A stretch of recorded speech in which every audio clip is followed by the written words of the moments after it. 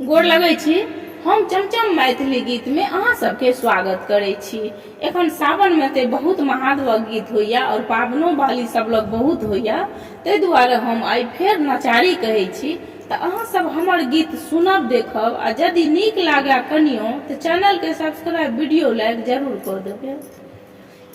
बस भेली भवानी भंगिया के, बस भेली